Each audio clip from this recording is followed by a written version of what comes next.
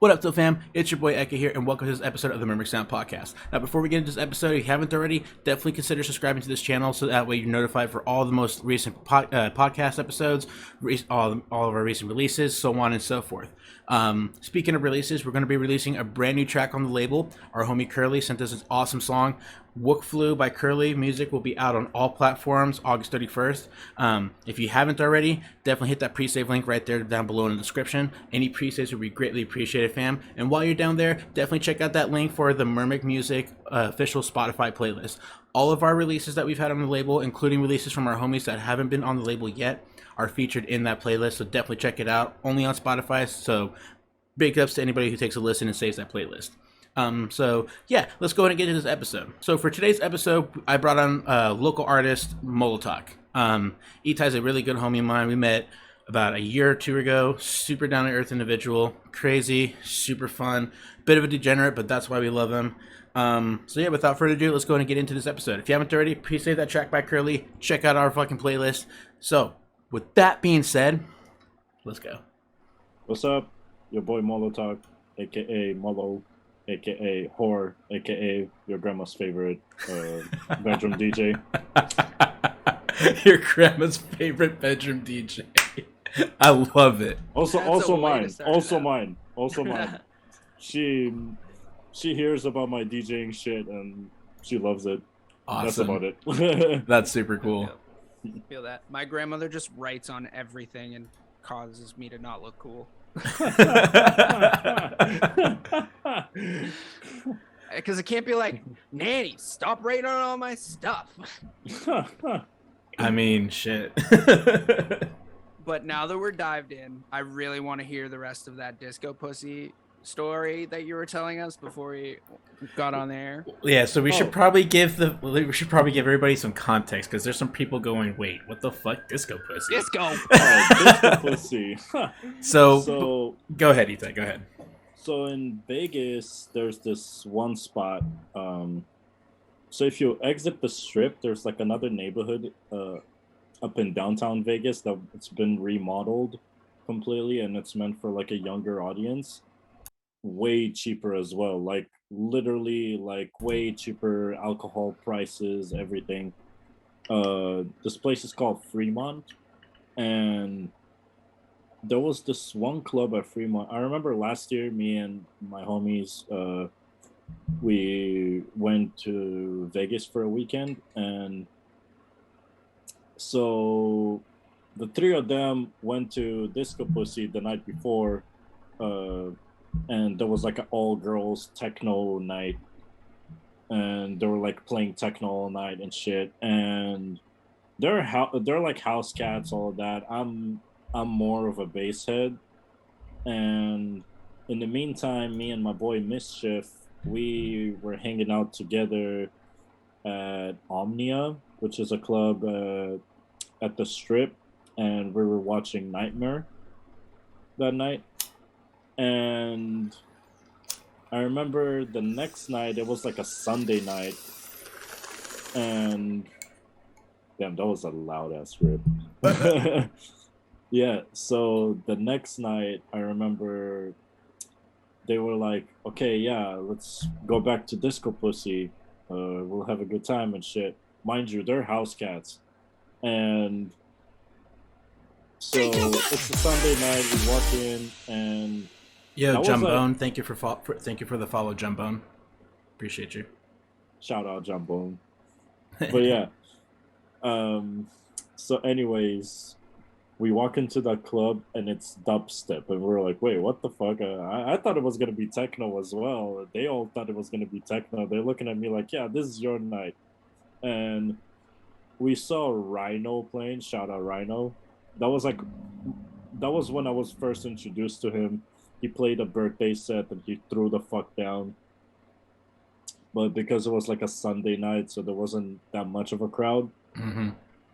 And Sam King was headlining, and we were all just like cringing because, you know, fucking dubstep rappers, you know? Yeah, no, dubstep rappers are, they're interesting. Those of you who don't know, Sam King is the rapper from Excision's G Shit. So I saw him live, and yeah, that was like not my thing. And we exit Disco Pussy because that club closed early in like Vegas Standard Time, and so we're trying to like find something else to do, and all of a sudden, I remember it was like a rooftop bar that we came across, and apparently Bijou was headlining there that night, and we were like, "What the fuck? We should have gone there, man."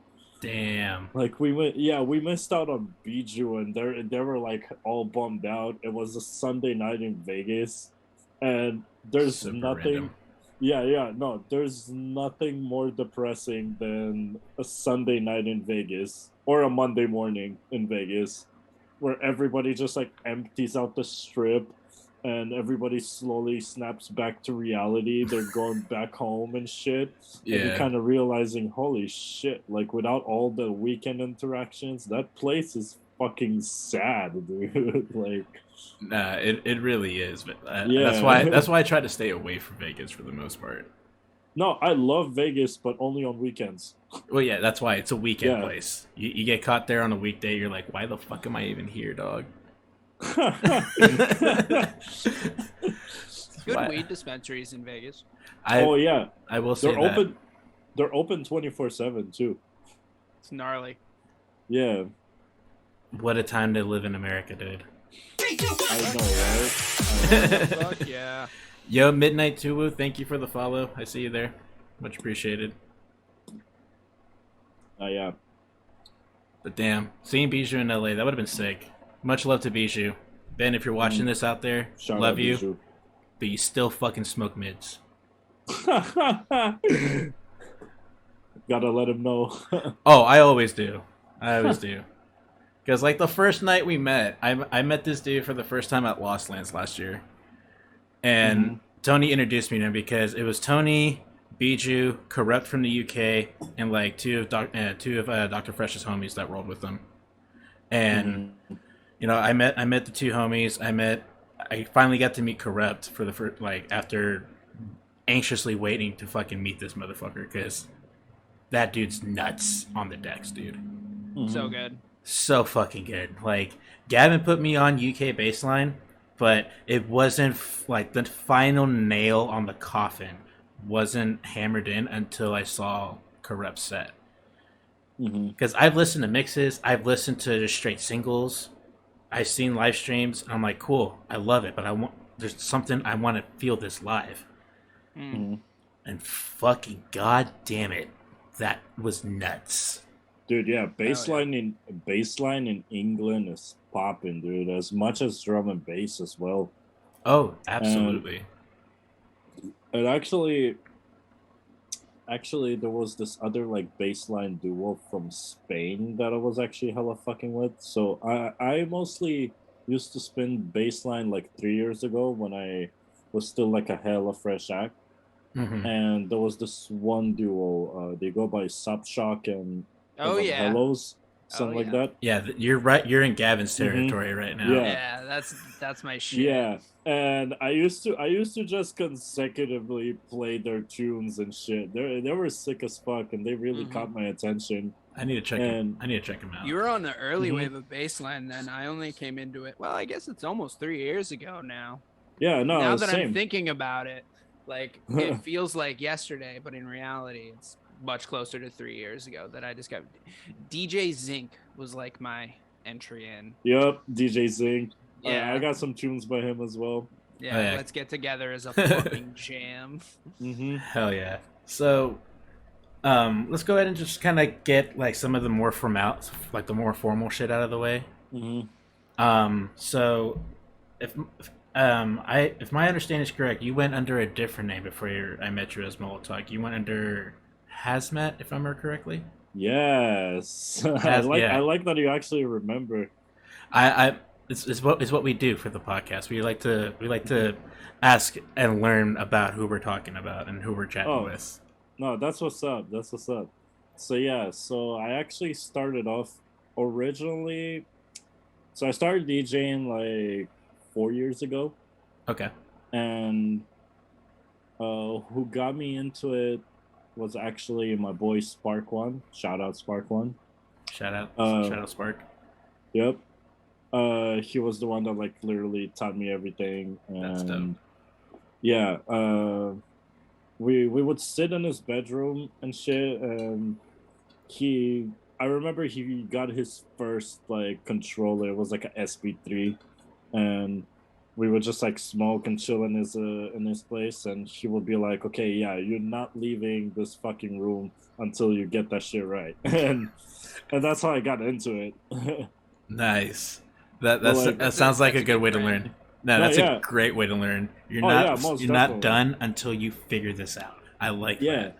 exactly. And eventually I left the room. So, but No looking yeah, back since. yeah. So I first, honestly, the Kill the Noise set I played this year. Mhm. Sorry, all my stories are kind of like all mixed Oh up. no, and you're over all the place. good. You're good, We're gonna be kind of covering a little bit of everything about what you've done. So. Awesome. So honestly, so the Kill the Noise set I played like a month ago, that shit was kind of like a closure to me because I first had the idea in the back of my head of becoming a DJ at 10:15, that same club. Mm-hmm.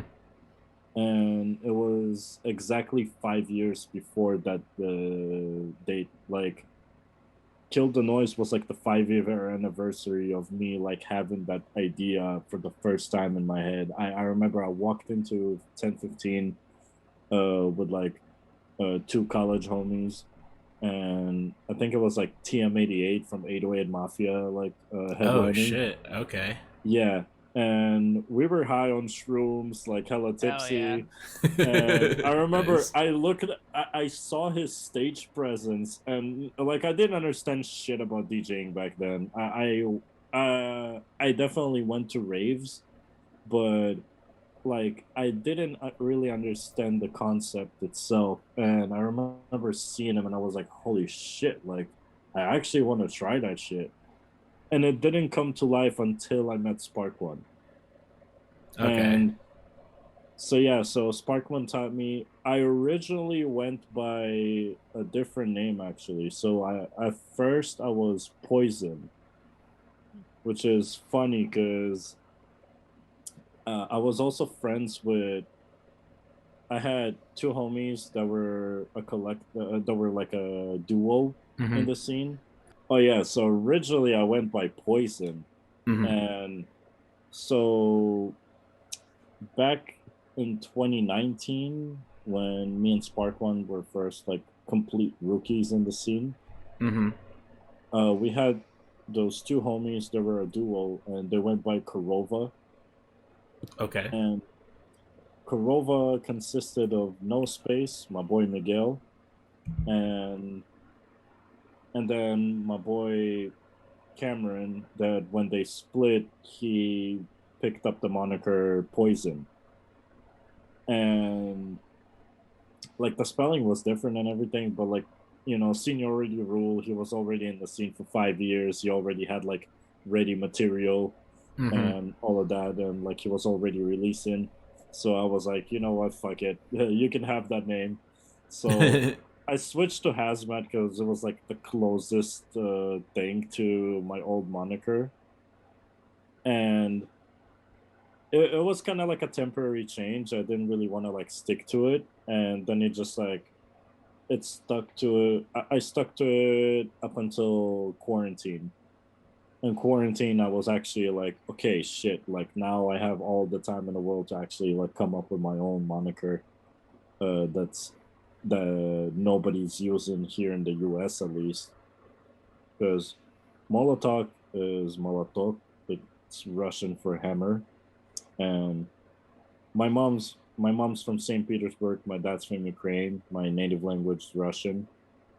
So I decided to bring something from my native language and something that Americans will be like, "What the fuck is Molotov?" You know, just completely different. It's like a combination of Molotov and Tomahawk. Yeah, yeah. Oh, I didn't think of that actually. That's a good one. That's another pretty badass way to look at it. Yeah, I will it say is. it worked on me because when I saw Mhm. that name on the Basewoods lineup when I first saw it, I'm just like Molotok.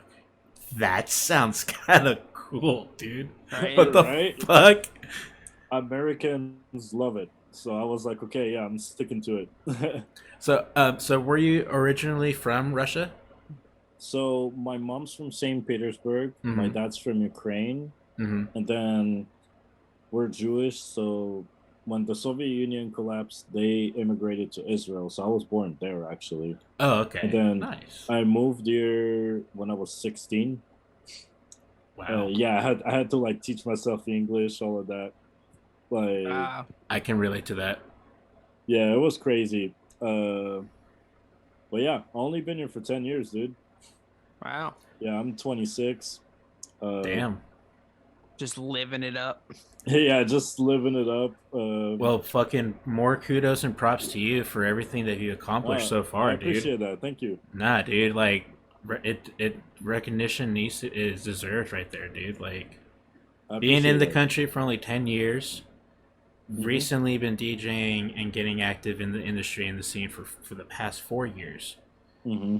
And just to name drop a couple of people, you opened up for what was it? Megalodon, Autocorrect, Crowell, Bomber, Hmm. Point Blank, Kill the Noise, Usabi Flow, Hmm. Squishy. and yeah, and Skishi too. Yeah, I forgot. Squishy is awesome, dude. I fucking love that dude. This fucking guy. I remember. I'll never forget that shit. So at the Usabi Flow show, Mo Money was the one throwing it, Hmm. and Rolio, and he bought like hella bananas for that because it's like Usabi Flow's trademark. Yeah, it's his gimmick. Yeah. Yeah, exactly. And so there was like bananas everywhere, and everybody was eating them. And I remember Squishy was so fucking drunk, dude. Squishy showed up hella hammered, and he ate a banana with the fucking peel on. And, Let's go. and it kind of like motivated me. I'm like, holy shit, like like I can make it this far because I'm a degenerate, and if people in the scene will do shit like that, like we can all make it. True. Like, That is very true. yeah, no, much love to him, dude. Like, he's funny as fuck. That's But hella yeah, funny. where was I? Yeah, honestly, my favorite person to play for out of all of them was Kill the Noise, and that was like a closure set as well because it No, was the yeah. 5 year anniversary for me like thinking of the idea of becoming a DJ at the same exact fucking club. Yeah, Like, no, yeah, that's a sentimental set right there. yeah, exactly. And I was like, holy shit! Like, I never even thought I was gonna make it this far. Even though I'm like still a fresh act and I got a long ass way to go, like, That's the crazy part. mhm. You're still on your rise up, and you've opened for Yeah. some pretty big fucking names. Not even Mhm. directly opening, but just to say the fact that you were on the opening fucking lineup for these guys. Like, bro, I would have killed to get that opening slot for Bomber, straight up. Oh, dude, like, That was one of one of my favorites right there. Like out of all rhythm artists, Bomber all the and way, dog. Point Blank as well over there. Point Blank was Yeah. sick. I've only recently gotten into Point Blank, but Oh, still, Spark one was actually the one that got me into Point Blank when we first started DJing. So it was that's like sick. another like closure for me because like holy shit, the person that literally mentored me, uh, introduced me to him, and then I'm playing a fucking set for him. Yeah, that's awesome. And yeah, no, it was awesome. Also hanging out in the green room with like artists like that. But everybody got their own like small little social bubble in the scene. So like you wouldn't exactly you won't exactly like connect with like literally every artist. So I mean, I was cool with them, but I didn't really like find a common ground with Point Blank and Bomber, because they're like best friends, and they were just like hanging out there and chopping it out amongst themselves. So like they weren't even intending on like meeting the local scene, which is understandable, Yeah. you know. I mean, they're also traveling and on tour and shit, so. Oh yeah, most definitely. But like then there's artists like autocorrect that would literally like go out his way to like become your homie and Yeah. like exchange IDs with you and everything, you know, kind of like for the people. Yeah, I've heard cool things about autocorrect. Oh yeah, no, he's super chill. Like I met him like a couple of times. Yeah, super chill guy. Um, what was I gonna say? But yeah, so switching up to Molotok was honestly like a big move for me, but I still have a lot to do with that new project because uh all my mixes that you would find on SoundCloud were under my old moniker as Hazmat, and then like I'm yet to release anything under Molotok. I mean, I got like some planned for Kong's like compilation series, and I am I'm releasing another exclusive like Halloween mix in 2 months for another uh like mix series. I can't really say which one though, Well, you but heard it here first, folks. yeah, yeah, New mix coming out soon in 2 months from your boy. Better yep. fucking run that shit up. Halloween exclusive mix, so be on the lookout. Spooky. Mm-hmm. I love Another it. thing in the works. I'm literally so. Recently, me and my two boys were like hella close friends. From my crew, Spin and Destroy. We we had this idea of coming up with our own trio, and we decided, you know, just like combining, because the three of us got three different, completely different styles. Like I have more of like a metal heavy shit background.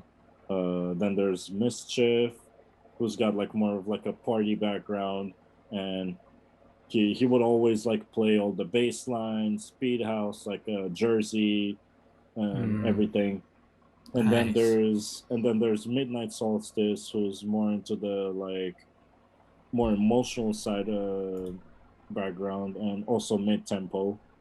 And so he would like play future bass, like hardcore, like mid tempo, and all that shit. And so three completely different backgrounds that we're trying to combine into like one mutual aesthetic, and just like genre hop from one genre to another. And I'm not really gonna get into the aesthetic itself and how we're doing it, but we're making our debut. So Spin and Destroy is going back to its roots this weekend on Saturday. Check us out, actually. Saturday night, uh, we have a warehouse show, and me and my boys are closing it out. We go by Social Sinners Club, SSC. SSC. Yep. I'm Nice. excited. I'm excited for this. Yeah, no, me too, me too. This is a completely new thing. It's gonna be different from what you guys are used to hear from me, because I'm also like mixing up different shit in there. We're getting a But different side of Molotok in this one. I'm excited. no, I, yeah, everybody's bringing a different side of them, so it's gonna be like surprising, pretty much, and kind of like way different than what all three of us are used to do. that's cool.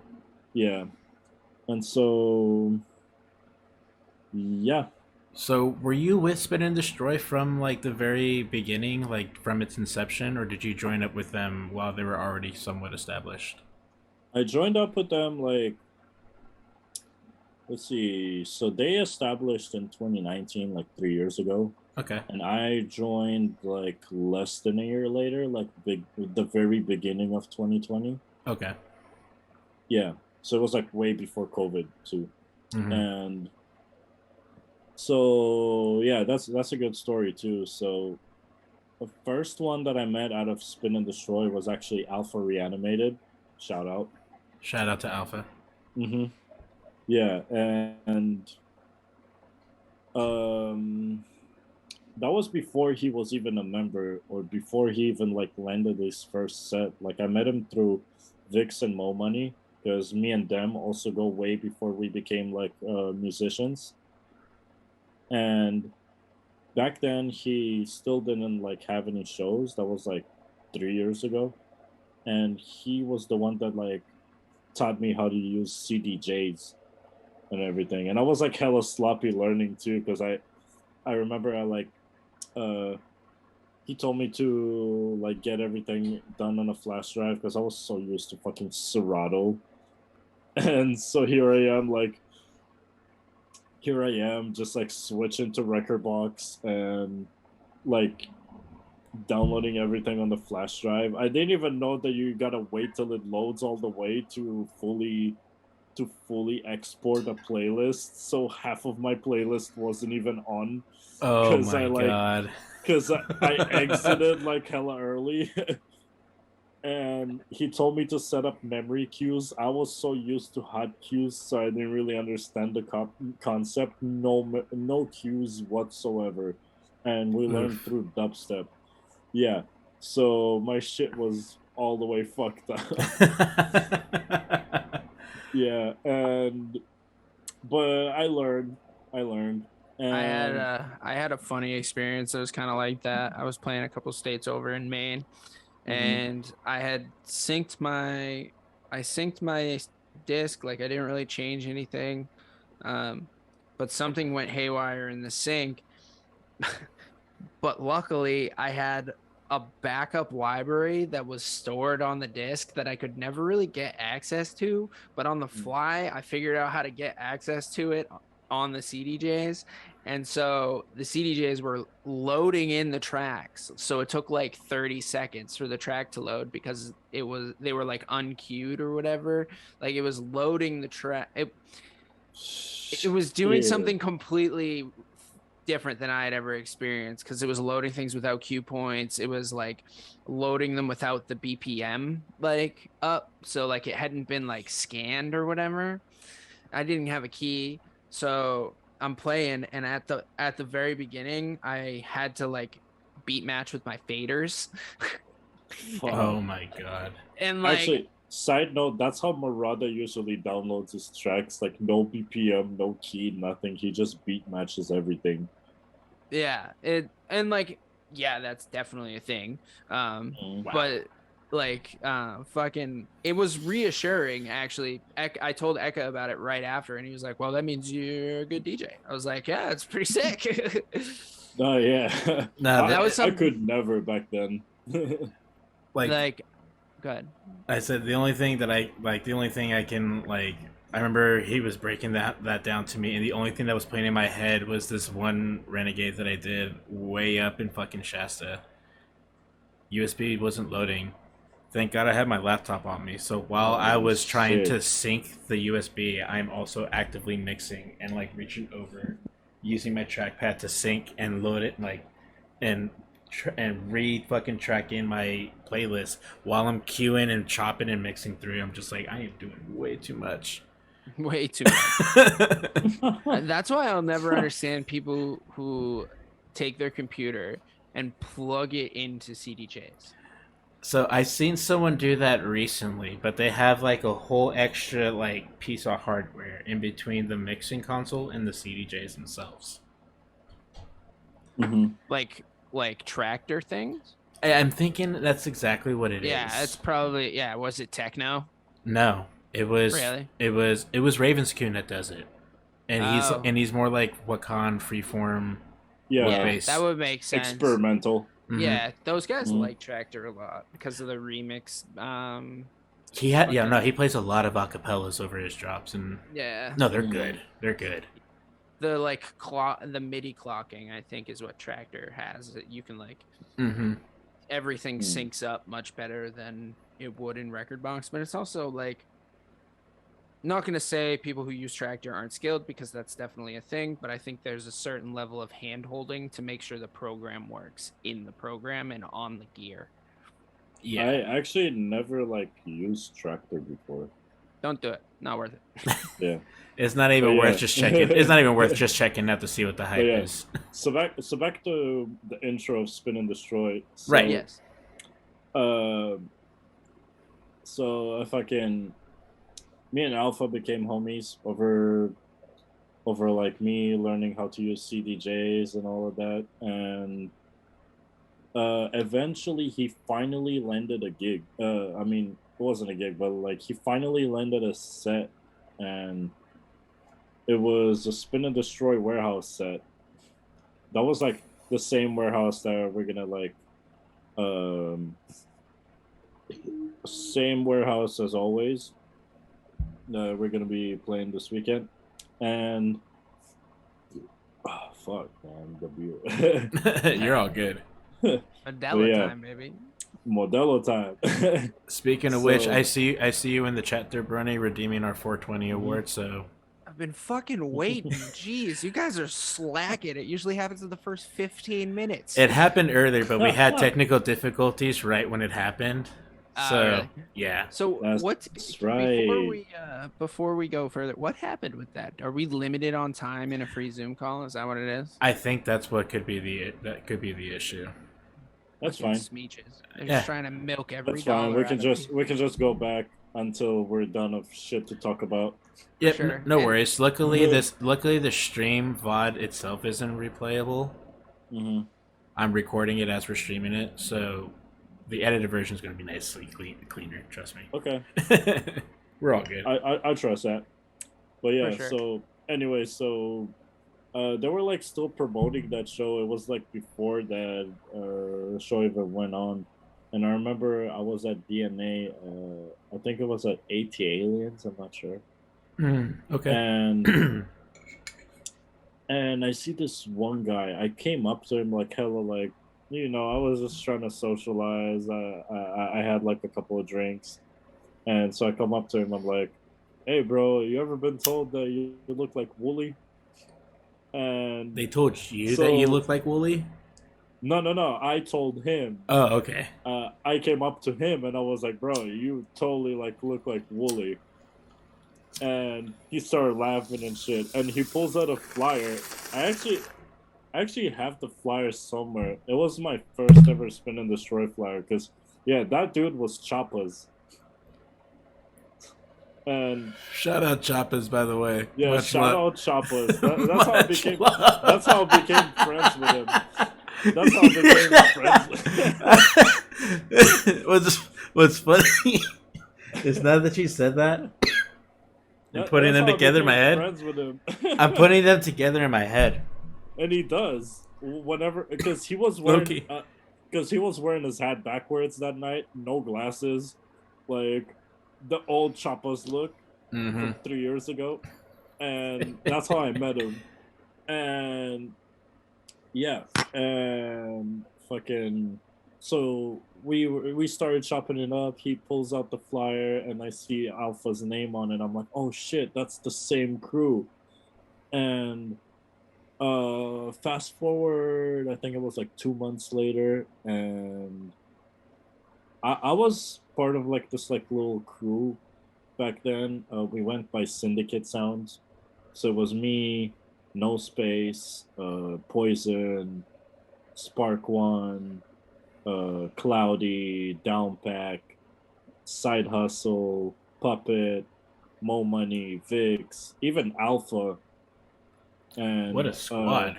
And fucking, I don't know if you guys remember Average Joe. Yep. Nope. Yeah, so him too. But Average Joe and Spark One left hella early before we even got to play our first show. So the first ever show that we played live, that was like my debut live, and it was like a bar in Oakland. I remember. Mo Money was still underage at the time, so we had to sneak him in. and he played his debut set that night. He played his very like both me and him played our very first live sets that night, and also Side Hustle and Downpack. Like that was all of our debuts because we had like a syndicate takeover for Spin and Destroy. I was about to ask you about that. So they all put us on, and that's sick.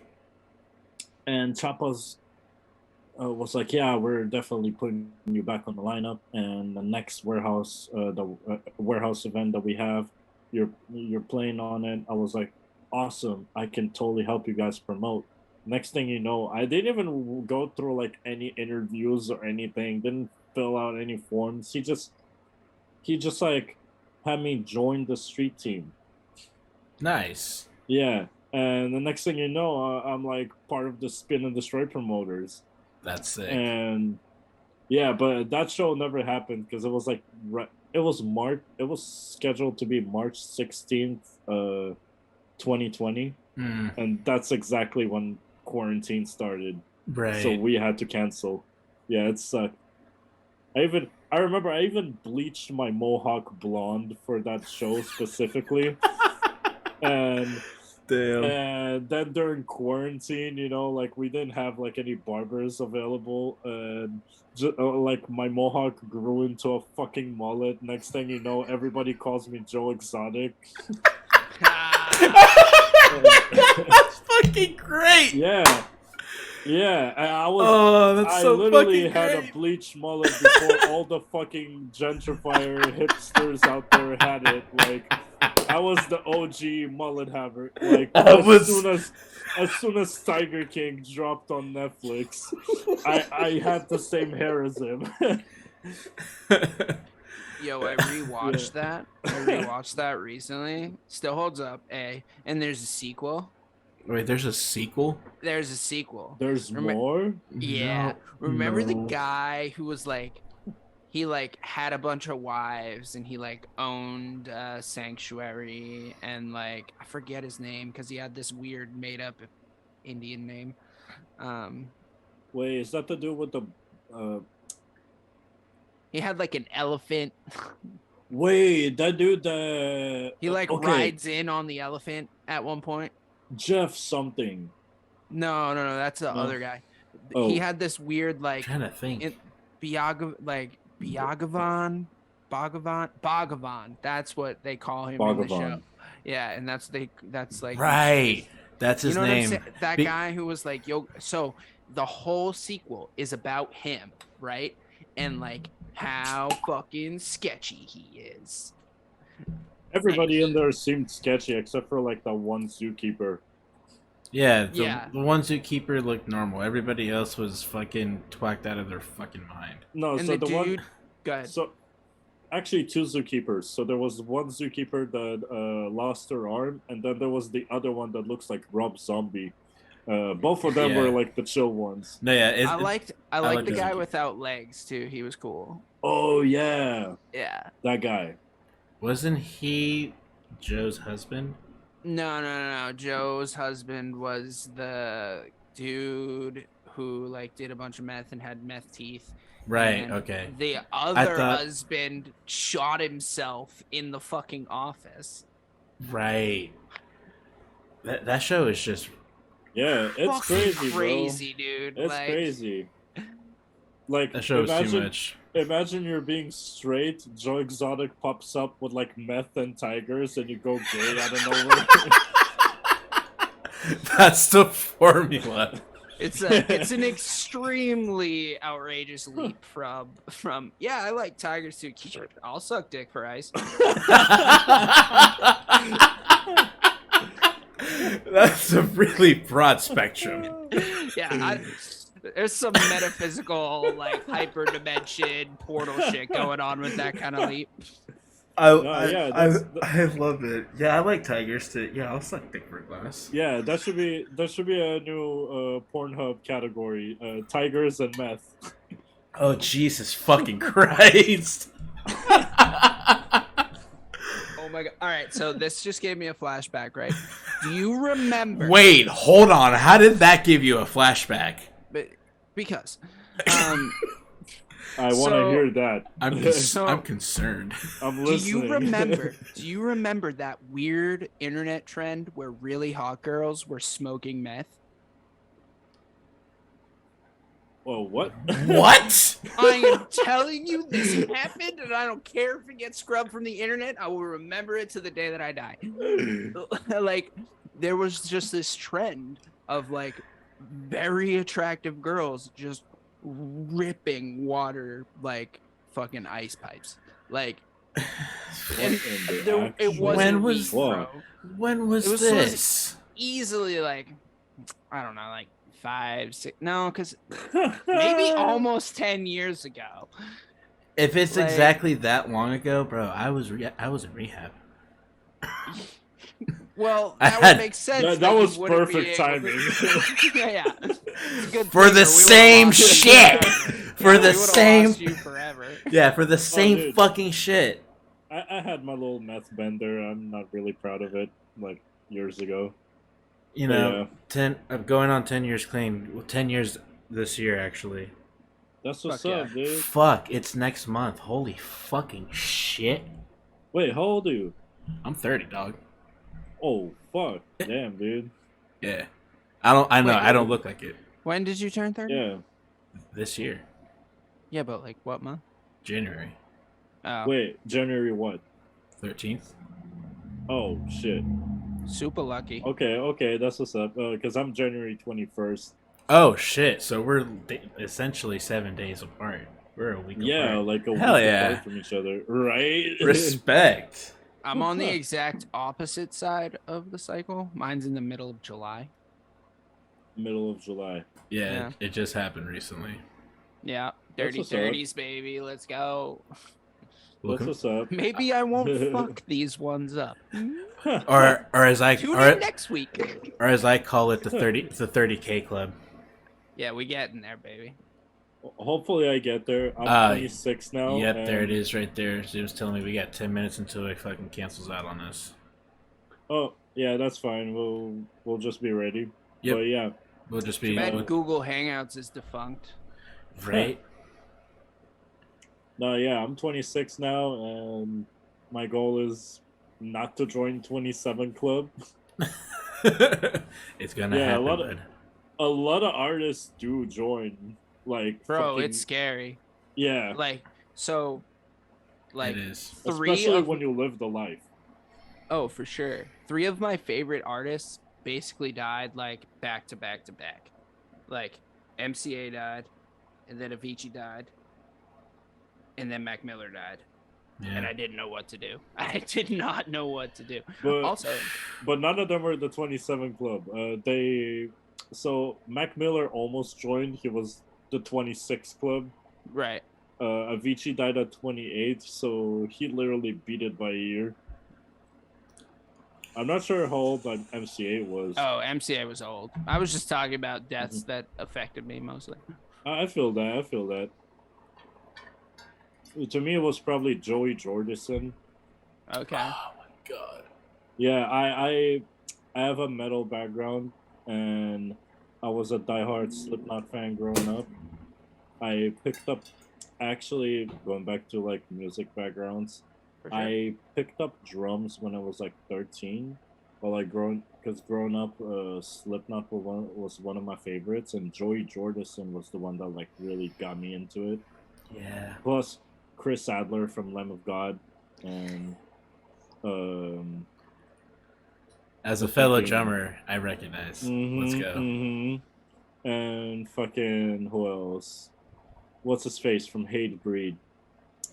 Oh my god. I forgot their drummer's name, but like I know him. I just forgot his name. Oh, I'm blanking out on it. It's gonna bother the hell out of me. Yeah, same dude. Oh, I know his name. No, you No, don't. no, I don't at all. No, you don't. I knew Fuck it. off. I knew it. But yeah, no, no.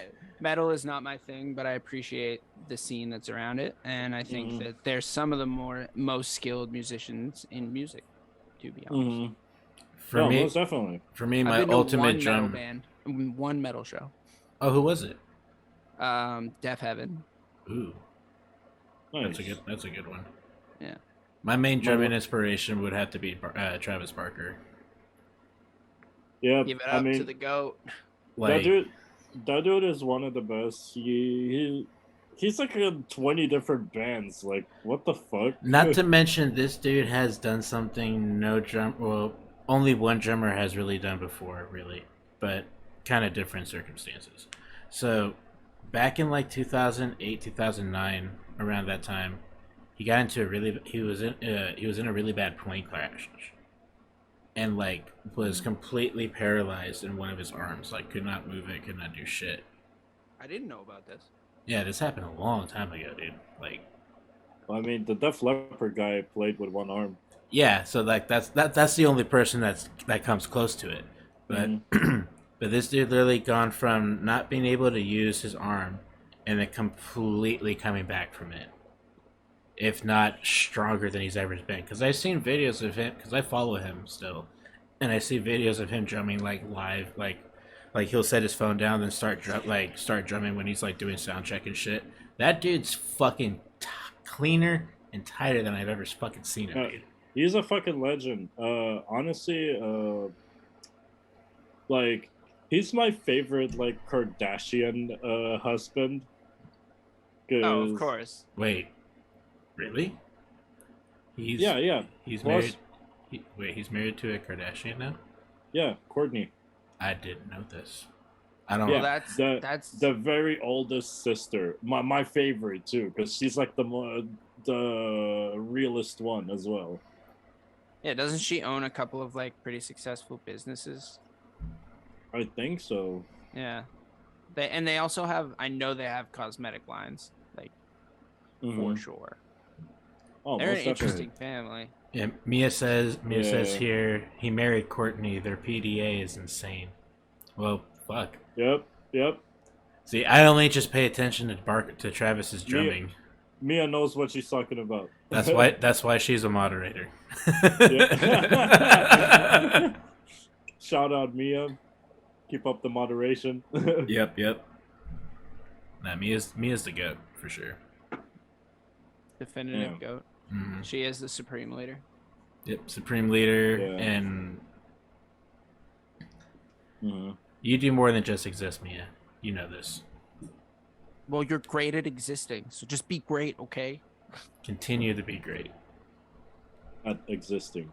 I feel like Howard Stern with this fucking microphone. I don't even have a microphone. I'm low on budget here. Hey, man, Oh. you gotta use what you gotta use, man. This is Yeah. thanks to my man's right there, Mr. Eka, for holding it down. Oh, Like yeah. sort of lowering the bar to an even more extreme level. That's our thing here. We just lowered the bar, like James Cameron. We're just lowering the bar for podcasting as a culture, you know? Exactly. Exactly. That was beautiful, by the way. Well Perfectly said. timed. Better out than in. Thank you. Thank you, Shrek. Shrek is love. Shrek is life. Indeed it is. Yep. Have you? Go ahead. I was gonna say, so I wanted to ask, so what was it like making the transition from going from just straight like essentially renegade style DJing to now consistently at this point being on lineups and pretty decently stacked lineups, might I add. Shit, man. That shit was crazy, honestly, because I was so used to renegades at first, and then all of a sudden the change was actually brought by Mo Money. Mo Money was the one that no, like major shout out to Mo Money. Me and him go way before we even started DJing and producing, like and it was for New Year's. Exile let him pick a B2B partner, and that was like back when I was only playing Renegades. I was still like kind of coming up, and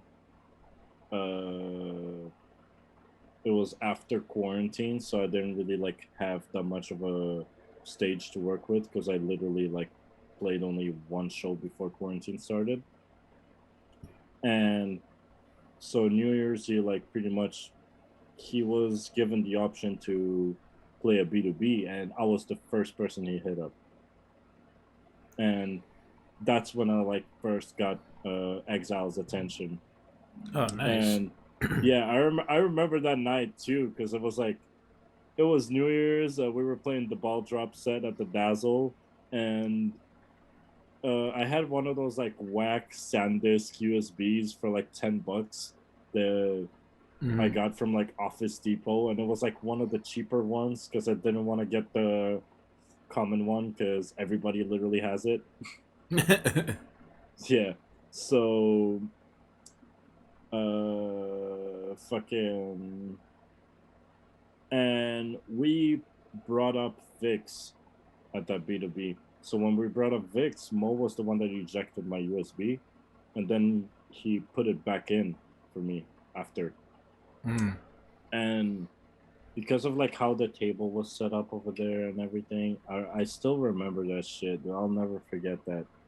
While I was playing my part of the set, the USB decided to corrupt right there and then.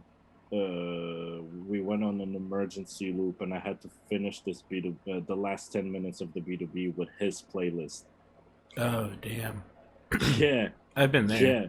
We pulled it off, but it's like, damn, dude. Like, I noticed the emergency loop. I'm drunk. It's New Year's, and I'm like, oh fuck, man. Like, my USB died on me like live in front of a fucking audience. Damn. And yeah, it was somehow we still pulled it off. Props. After that, I was kind of like getting, well, I was slowly getting confidence of like playing live. Then I remember, next one I played was autocorrect. That one was successful, but I remember I even told Noah from DMN, like right before the autocorrect set, please check up on this table. I don't want to like fuck it up. Because last time like my USB corrupted because of how the table was set up, and because my backup USB was too long to like put in there, because like you know how they have like the little like table cover on top, right? So I wanted to make sure it's like pushed further out, so that way there's more room for me to plug it in, and so I was good to go at autocorrect. Hell yeah. No, yeah, and that's when I started like really get, because that was like my first solo set for them, and that's when I really started like gaining crowd, and it's beautiful all the connections that you make from playing live shows, because it's not even like only like Renegades. I was only ever like playing Renegades. I only got to like I only went to like a couple of them as an attendee. But like mostly the scene that I know is from local shows. And what was I gonna say? So after a while you start like playing all those shows and everything, and you start getting more noticed. Like I remember right after Kill the Noise, I left the venue, and I remember I run into Gold Uzi. Gold Uzi comes up to me. It's like, yeah, I don't know if you know me, but I'm Gold Uzi, and we've been watching you, and we've been noticing you. And I'm like, holy shit, dude, it's like getting real. And like, I was in SAC promoting like one of my upcoming shows, and also Yaks and shit. Like I think it was Phase One, that show. No, By the way, right. shitty fucking venue. Ring Studios, like don't go there. It was ass. I stay at it. I try to stay out of Sacramento. Oh no, dude, I love SAC. SAC is like my second home. Like, every time I'm up there. But there's that one specific venue that they have.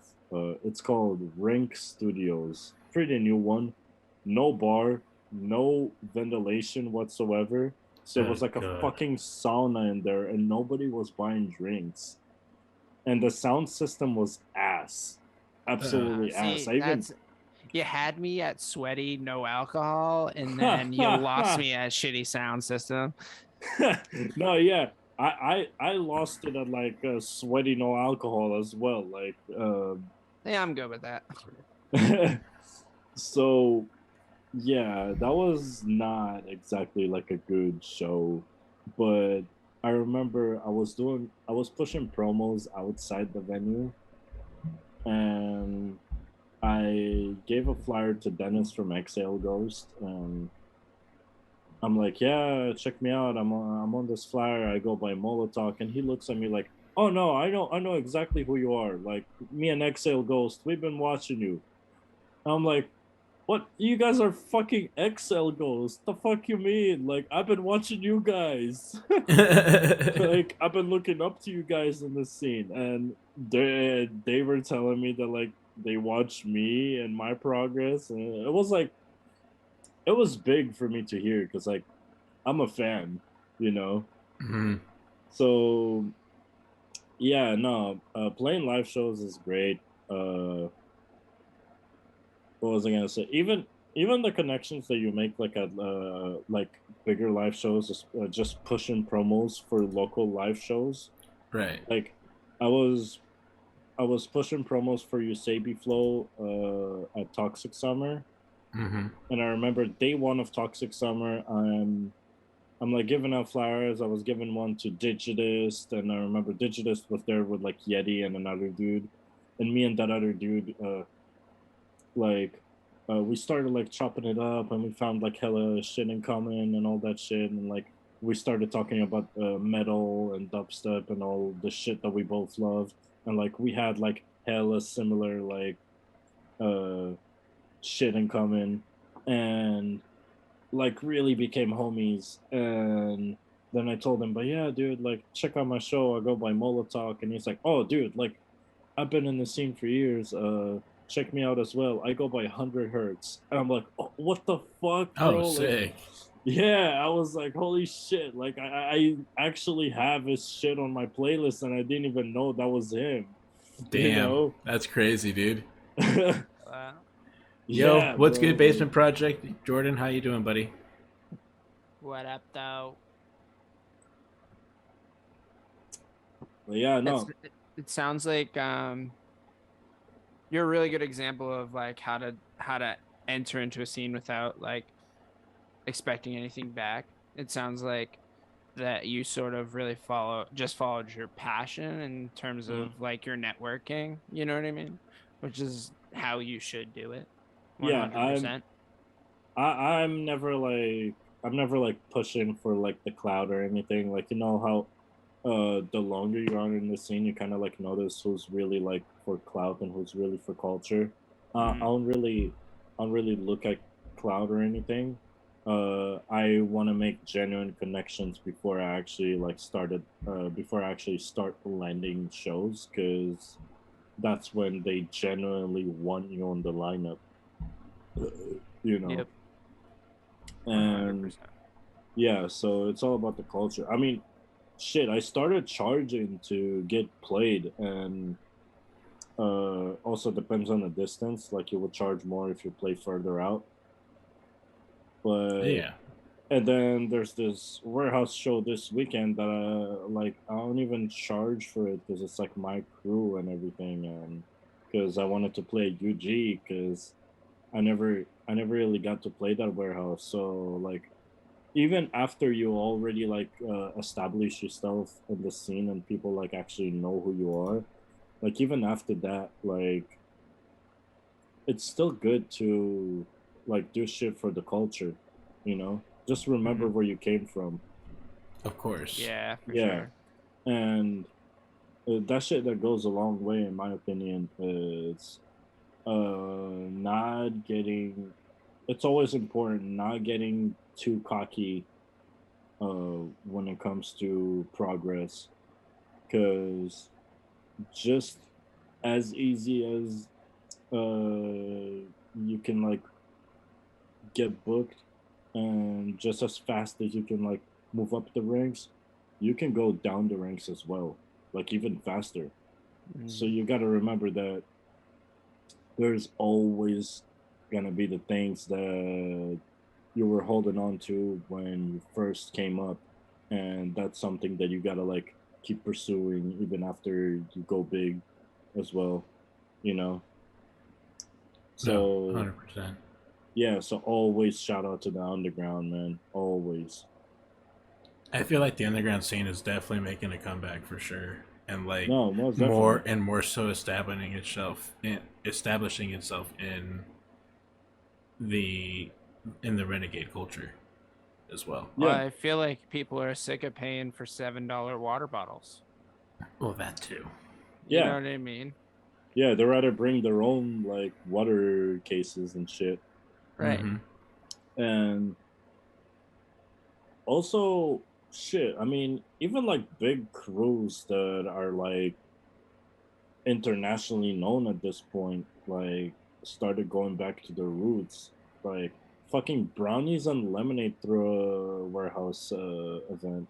And Oh, it's like, did what they? the fuck? Yeah, they did, and it's like, what the That's fuck? pretty They like, sick. yeah, they throw festivals now. They threw like a big like lake festival, or I think they're like planning it in September sometime. Hmm. But like, yeah, and they went back into I think I think that's where they started from, like warehouse events. I'm not sure, but yeah, they're literally like planned one. And it's like holy shit! Like now we got to compete with that here in the Bay. No, the Bay's definitely Yeah, got its own scene starting to boom now, which is pretty good too. yeah, yeah. No, most definitely. Like the LA scene, I feel like. I mean, it's always gonna be popping, but it's always like staying at the same spot. Yeah. But I noticed like a big drastic upward movement in out in the Bay, and that's why like it's good to like stick around here for a Mm-hmm. while. No, Mm-hmm. absolutely. Like there's definitely started to become more of a boom for just general EDM shows out here. Not really just in the bass scene in general, but Mm-hmm. I'm starting to see a lot more house, a lot more hardstyle coming through. Like, Yeah, like Lil Texas already performed here like 3 times in the last year. yeah, saw him for the Fucking Lil saw, Texas. saw him for the first time at Wobbleland. Oh, dude, no, I love seeing him live. First time I saw him live was like last September, and second time I missed. Oh man, I Is missed the this the set. guy who plays like speedcore? Yeah, Yeah, yeah, Yeah, yeah, okay. that dude went up to 1,000 BPM, and every time he lifts up the tempo, he starts like you would see him like losing like some sort of clothing. So like it's funny. the faster the tracks are, the lesser he's dressed. And then he performed ass naked at EDC, and like, Yep. and that's the thing, he pulls it off. He's like a fucking sex symbol. That dude got his own OnlyFans and everything. Like, No, this man literally is selling America 200 BPM. This man is exactly. Hammer selling. shit, bro. No, he is literally selling fucking hardstyle to America right now. Yeah, This man literally is coming to scene saying, "Yeah, house is cool, dubstep is cool too, but fucking yeah. hardstyle though, that's the shit." Woo! And not only that, just like naked hard style, make it even better. Right? Fucking tribal, bro. It's like he's playing strip poker with the BPM. It's funny. Yo, Yeah. what up, Petty God? The one true Petty God himself is in the chat. What's Shout good? out Petty God. What's up, bro? Yeah, that's the homie right there. No, most definitely. Always good vibes when I see him. Oh Hi, yeah, Petty. gang, gang. He says, gang, gang. Gang, gang, gang, gang. And you know what? Just because Petty showed up in the chat, I gotta take a quick boom to the dome real quick, just for the homie. Yeah, you gotta do it for Petty. Oh, absolutely, absolutely. He knows. Hella Petty. Yeah. Man, He said I'm you got not- 10 points so you can redeem the 420 award. Well, just for you, I'll give you a freebie right here. I got you. Oh, that's sick! Like right on the spot. Yep.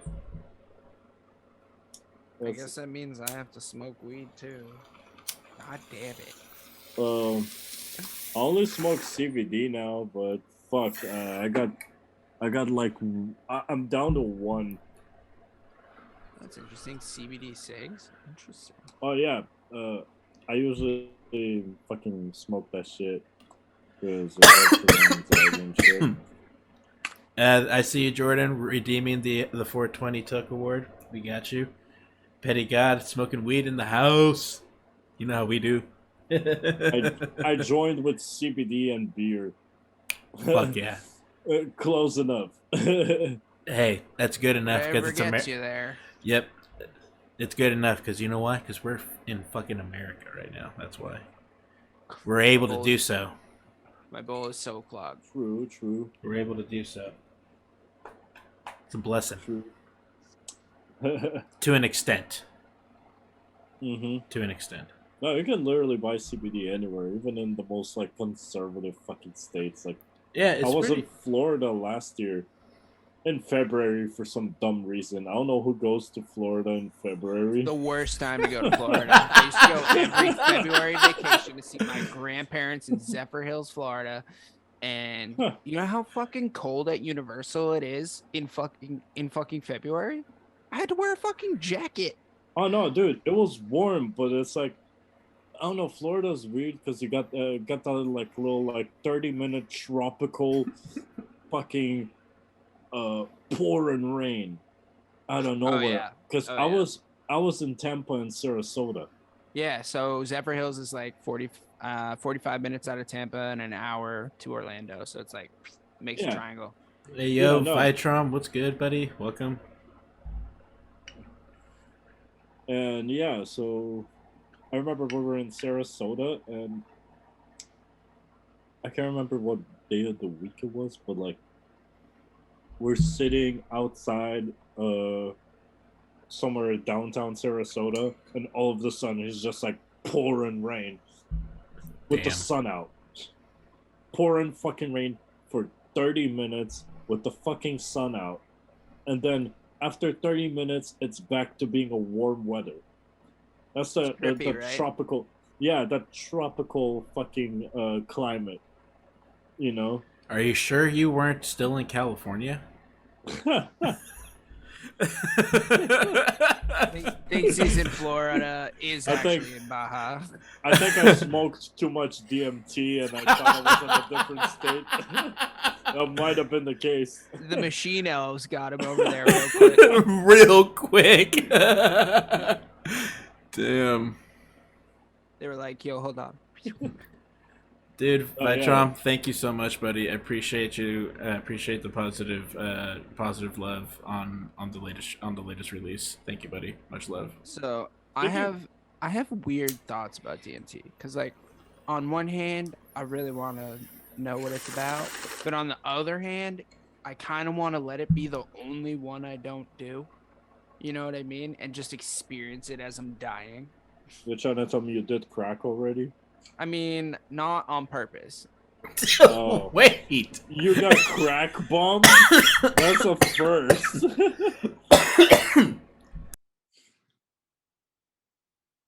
See, I heard about like meth bombed, fent bombed, but like crack bomb, like That made me kind of choke on my head a little bit. Fuck. What's it called when you put cocaine inside your blunts? That's a chewy. I feel like they call it something different. oh, like But- the Israelis do it. Somebody handed me a blunt, and And it was laced. it wasn't laced. I thought it was cocaine, and I was like, all right, fine. I've done that on the end of cigarettes. It'll be chill.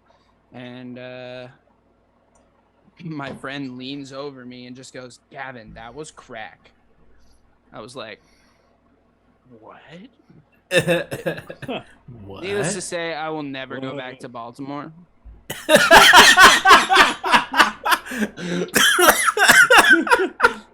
Damn. One and done. One and done, as That's they it, say. bro. Yeah. See you later. That's actually written on their brochures right now. Baltimore, Maryland. One and done. So go run. Baltimore, Maryland. Don't try the joints here. Dude, it was sketchy, bro. So sketchy. Moonrise. But they've like cleaned up their act a bit. They're like all commercialed up now, so you know. No, you don't. No, You know Baltimore's what, got a really good music scene out there now. Mhm. I know. That's where Lays and Cliptic are from. Yep, that's also where the homie Swamp Main is from. Shout out to the homie Swamp Main. Shout out Swamp. Shout out Swamp. Our track hit 1K on SoundCloud recently. Oh, fuck yeah. Yeah, Hell yeah, bro. That's what's up. yeah, we're pretty hyped about that.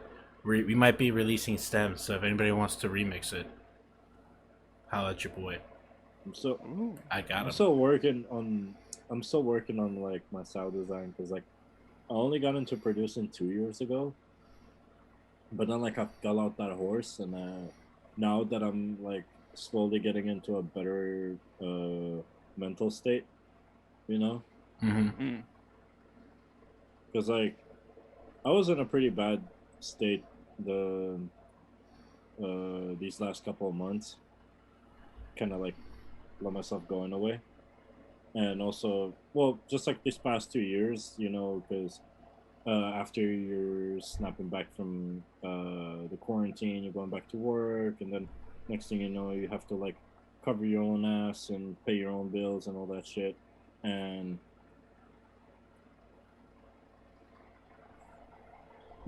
what was I gonna say? So yeah, I didn't really like give myself the time to actually sit down and produce.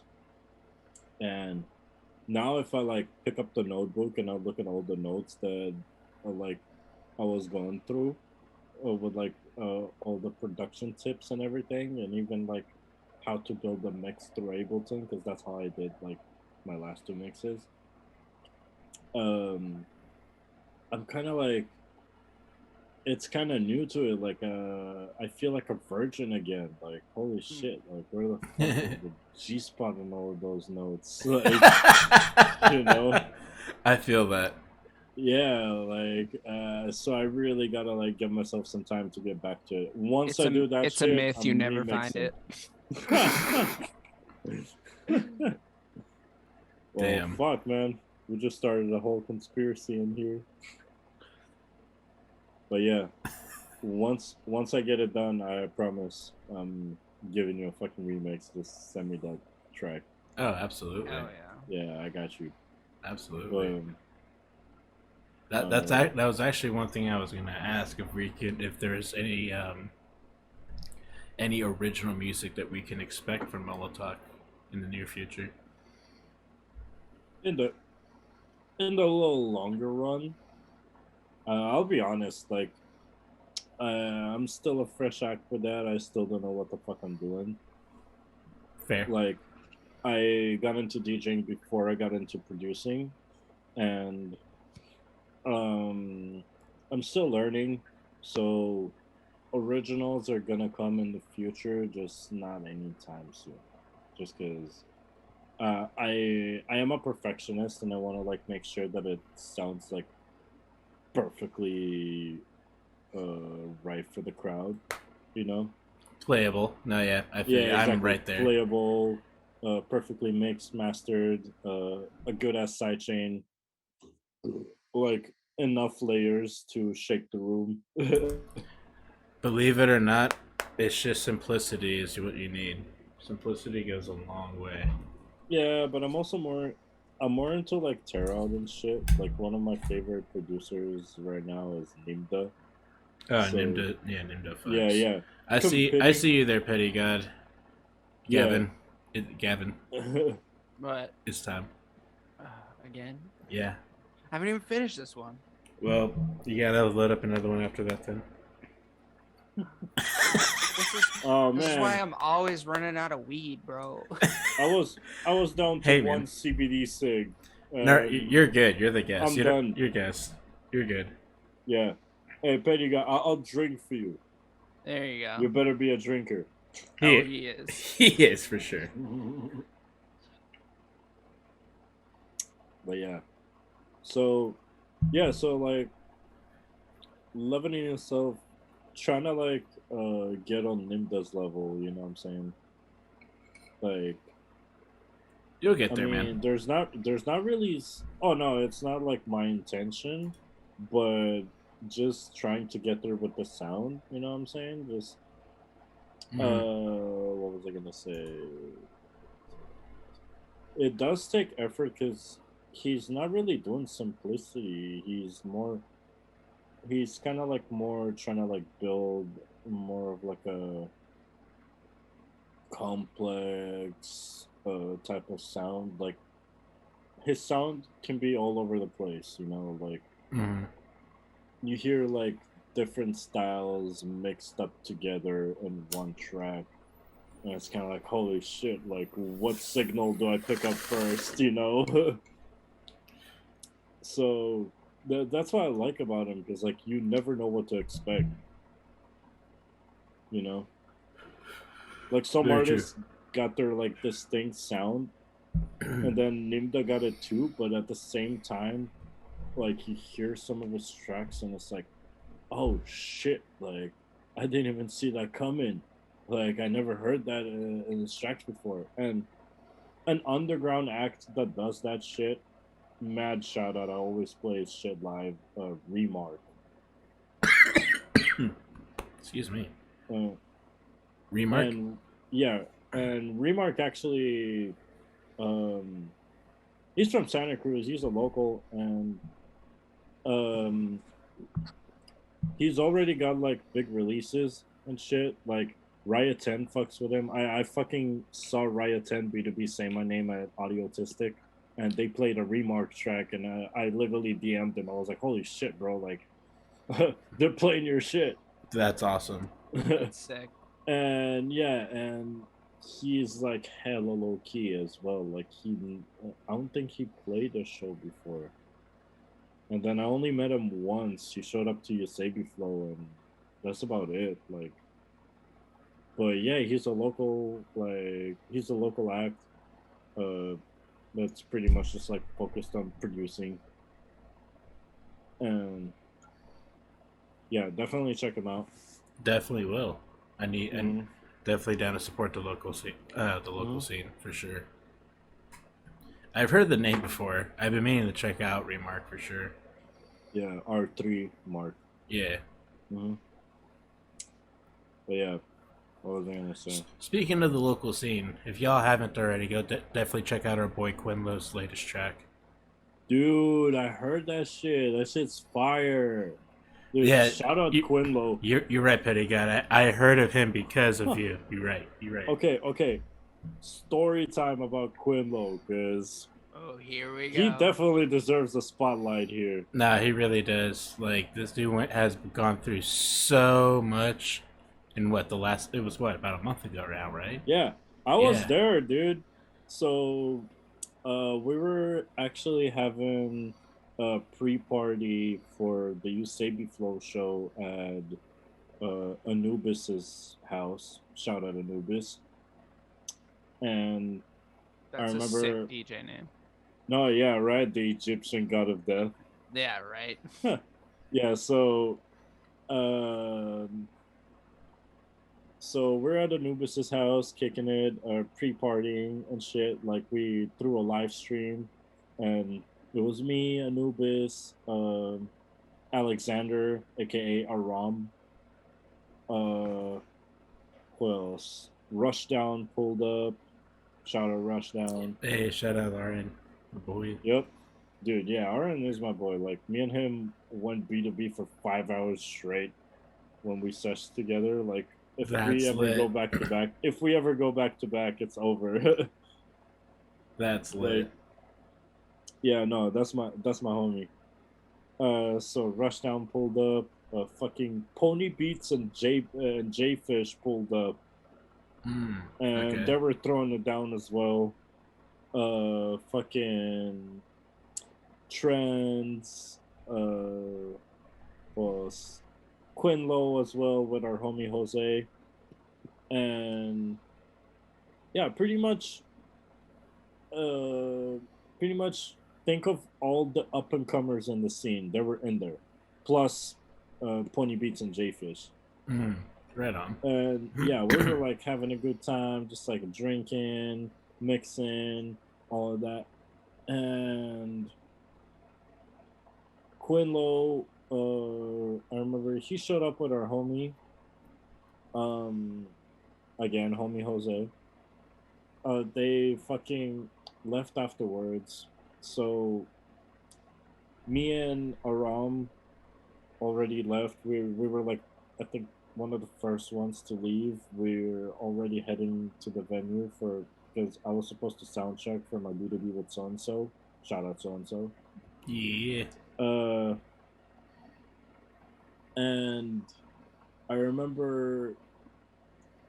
So Quinlo apparently forgot something in his house in San Pablo, and so him and Jose stopped by there real quick, and he pulled up in his house, got up real quick to like get that shit from his place. He goes back down, and his fucking car is gone,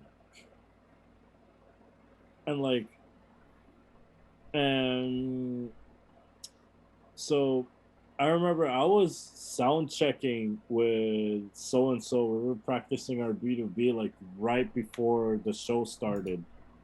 And we got our little timer here, 10 minutes. Oh yeah, it's cool. We covered a lot. Yep. So me and so are just like over there like going over our sound check.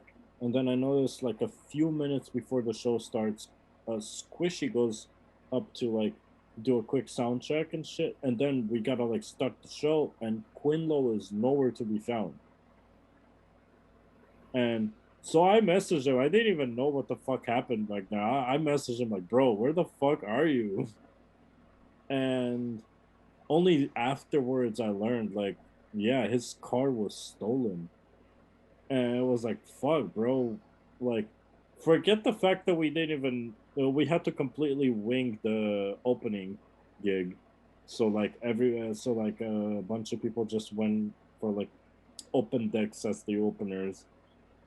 But like, yeah, dude, that's our homie, and his fucking car got stolen. And Wait, did it get stolen by the guy he drove with to his house? No, so the guy he drove with to his house was also a victim to that because his phone was in there. Where was the guy who They drove they him? both no. So Quinlo drove himself and our homie Jose, and okay. they both stopped by at Quinlo's house. They both went up to Quinlo's house, and when they went back, they both noticed that the car was gone. Oh, okay. I thought Yeah. like maybe like it was some major betrayal. Oh no. No, yeah, they both went inside the house, and then when they both came back out. No, yeah, you're all good. The homie Jose, because Jose's the word. fucking homie. Shout out Jose. Shout out Jose, dude. Yeah. That's crazy. Was his like DJ stuff in the car too? Like, did he lose his laptop? Mm-hmm. Everything. He lost Laptop. his like laptop, his flash drives, like all his files, all his files. All his files, literally everything was in that car, and he lost all of it. And so yeah, he couldn't make it that night. And that's devastating. He was dealing with just like calling the cops, trying to get all his shit back. It took a while. We didn't even know if he was gonna get his car back. So I remember when Bukovac, shout out Bukovac, the homie. Shout out. When he started the GoFundMe for Quinlo, I remember I was like the first one that he sent it to, and he was like, yeah, so I'm starting this GoFundMe for him. I told him, yeah, we need to raise the bar high for this one. This needs at least 20K as a goal, because he had his car stolen on top of all this shit. No, we don't know if he's absolutely. getting it back. So yeah, so the original goal was 20K, and I think we made it. We made it far enough. Like people were donating left and right, and then next thing you know, he found this car. There was apparently there was a fucking gun in there. Like he found the Yeah. gun and he was like, "Oh shit!" Like somebody used my car to commit a crime, I guess. So he had to like call the cops right away and all that shit. But yeah, at least he pulled away from the GoFundMe like um with the right amount of money. Mhm. So he went back on his feet like within a month. And here he is like releasing a new track, dude. Like big shout out to Quinlo. Yeah. What a Yeah. excuse Yeah. me. What a major bounce back for sure. Dude, it was fucking crazy because like Put in the I word. thought We it want was him on gonna the show. mm-hmm. No. He should be the He's next a- guest. He is. Yes, we just bro. locked it in. We just locked it in. We just Let's locked it go. in. So with that He's being gonna cover the story better than I would. for sure. So with that being said, guys, this is going to be the last 5 minutes of the show. So big ups and thank you to everybody who's tuned in and stuck through with all the technical difficulties that we've come across throughout the stream. There was a lot of them. Yeah, but hey, like we said, we're lowering the bar Lowering the bar, baby. Lowering the bar. but we're James Cameron also up in this bitch, so the final's gonna look clean and cut Hashtag bar gang. yeah. No, it's gonna be dirty. We're talking about dirty shit now. Oh yeah. Oh yeah, we got Yeah. in the weeds. I loved it. We got an official question from Vitrom here. Using our little question, sir, reward. Would you make a tear out track? Yeah. No, that's my primary genre right now. Right on. I will always play Terra, especially if it's a bass show. Like Terra yeah. is like Your tear out sets are my fucking sick, go-to. dude. Thank you, I appreciate it. No, Yeah, no. absolutely. So So I'm trying to like mix it up with like metal and Terra out together. That's yeah. like where my background came from. No, yeah, absolutely. So definitely go check out our homie here, Molotok, guys. Check him out on Instagram, Twitter, all the socials. If you're around the Bay Area, definitely catch him at his next fucking show. There's a warehouse show tomorrow, so if you're in the Bay Area, definitely be there. Actually, it's on Saturday. Saturday, excuse me, my bad. But Saturday. Yeah, definitely be there Saturday. Yeah, Vitron, definitely check him out. He's the homie. He's a local up here, San Francisco. Super kick-ass guy. Definitely, if you miss, he is on SoundCloud too. Definitely check the replay video that will be posted on our YouTube channel tomorrow, and all of his socials will be plugged in the description for the video. So, Oh, dude, I'm down We to got see you. the highlight reel and to see how I fucking look on the fucking. you look you you know look how- great. Shut the fuck Yeah, up. you're a beauty. Chill out. No, it's just like every time like you look at yourself after like a stream or something, you kind of like think to yourself, "Oh shit, is that what I sound like?" You get used to it. Yeah. Yeah. But yeah, So definitely be check him out. But definitely check him out, guys. Molotok, Itai, thank you so much for taking the time to hang out Yeah, and thank you, chatting bro. up with us. Really appreciate Thanks you so stopping much for by. being here, man. Just wanted to bring one last thing. For sure. Yeah. Fucking, I still remember that shit because like, we definitely met at the Renegade last year when I was playing with Slang Dogs, Yep. but there was this one video that I remember. I definitely reposted it on my fucking story. Yep. You see me Uh, in the background and shit. I was playing for Point Blank and Bomber, and there was this one track I was playing, and I'll never forget that shit. You had the best crowd reaction out of all the videos, because I remember I see all the videos and it's just like them like kind of like hyping up, but Mhm. And then you just see me. literally you turn the camera to yourself and you're like, what the fuck? Just Yep. I remember that because, dude, that shit was insane. and I sent you that track after. Yeah, Yes, you I told me- appreciate that. Because I desperately needed that. But all right, guys, Yeah. thank you again so much for tuning in. Big shout out and big love to Molotok. Big shout out and big love to Gavin as well. Drink with me, guys. Fucking, One last drink, one last Cheers. who said it was last? soak. Well, at least for the show. You continue on afterwards. Yeah. You do your thing. Yeah. No worries. Does Eka do the Eka dance at any shows? Yes, I do. You could That ask. was my cry for help. So You're all good. But thank you so much, everybody. We appreciate you All right. sticking by, hanging out. Much love. all right, Much thank love. you guys for Appreciate you having guys. me. Big Of course, shout-outs. Of course. Big All right. shout out. Peace out. Peace. What up, the fam? I'm back again. Just wanted to say thank you so much for everybody who's been supporting the Murmc family, who's been commenting, liking, and subscribing, and all that good stuff. Really, really appreciate it. It means so much. Keep it up, fam. We got more podcast episodes with more guests, more demo streams, more music coming out on the way. Speaking of which, if you haven't already, go pre-save Wook Flu in the description below. Check out our Spotify playlist. Thank you so much again. Much love. Peace out, guys. Until the next time.